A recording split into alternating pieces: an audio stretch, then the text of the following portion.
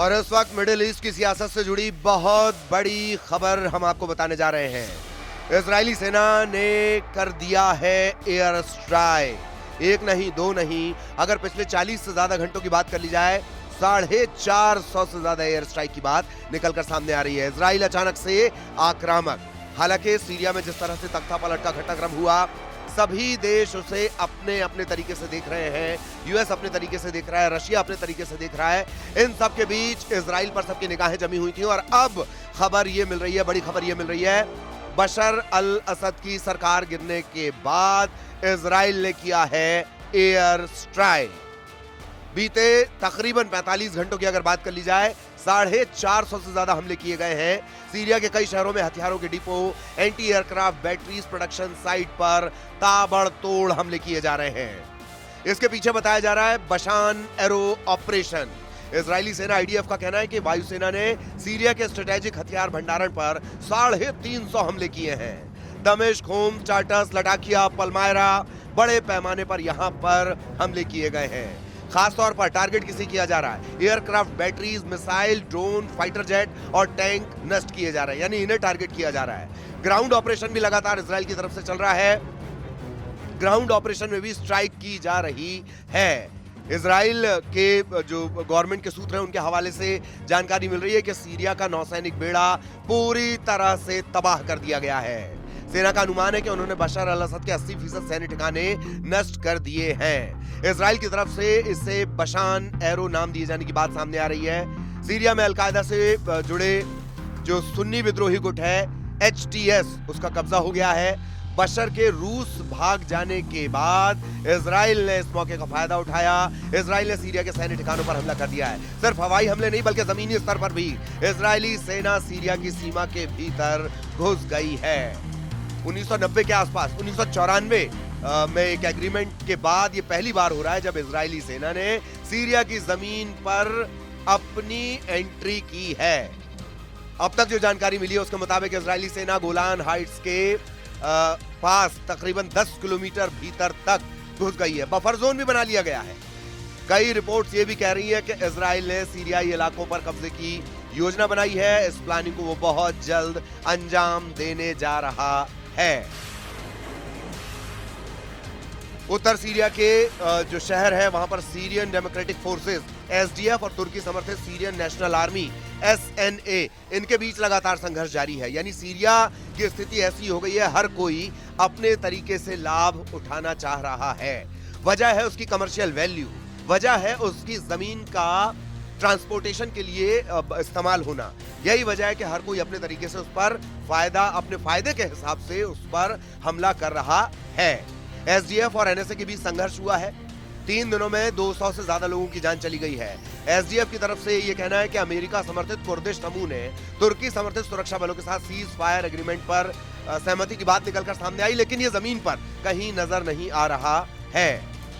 इधर सीरिया के जो केयरटेकर प्रधानमंत्री बनाए गए हैं, कार्यवाहक प्रधानमंत्री जिसे हम कहते हैं, मोहम्मद अल बाशिर, उनका कहना है कि मुल्क में स्थिरता और शांति बहाली की जरूरत है। लेकिन इन परिस्थितियों में जबकि इजराइल लगातार आक्रामक है, हमलावर है, कैसे ये हो पाएगा, इससे लेकर संशय बरकरार है।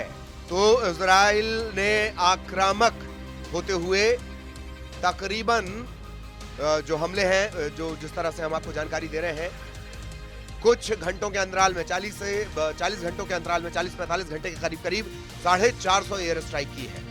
और जो ठिकाना है, दावा यह किया जा रहा है कि असद समर्थकों के 80% जो सैन्य ठिकाने हैं उस पर ये एयर स्ट्राइक एक तरह से की गई है। ऐसा नहीं है, जमीन पर भी इजराइल जो है वो आक्रामक रणनीति के तहत आगे बढ़ रहा है।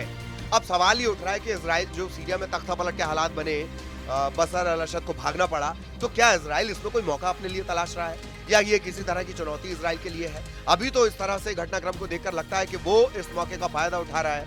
मिडिल ईस्ट में लगातार तनाव बढ़ रहा है। 90 लाख के करीब वहां भारतीय रहते हैं। ये भी एक बड़ी चिंता की बात है।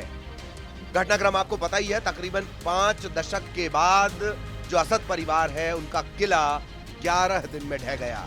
इससे ज्यादा वक्त बांग्लादेश में लगा था। इससे कम वक्त में बशर अल असद का किला, असद परिवार का जो किला है, वो ढह गया है। शुरुआत में ये खबर भी आई थी कि जो बशर अल असद हैं उनके प्लेन को टारगेट किया गया है, ब्लास्ट किया गया है। हालांकि बाद में स्थिति साफ हुई कि वो मॉस्को में भाग गए हैं, वहां पर उन्हें शरण मिली है। और अब स्थितियां अलग अलग, जो जानकार हैं वो अपनी अपनी तरह से जानकारी दे रहे हैं कि क्या अरब स्प्रिंग, एक टर्म इस बीच बार बार निकलकर सामने आ रहा है कि अरब स्प्रिंग कई मिडिल ईस्ट की सत्ता परिवर्तन का कारण बना था 2010 के आसपास।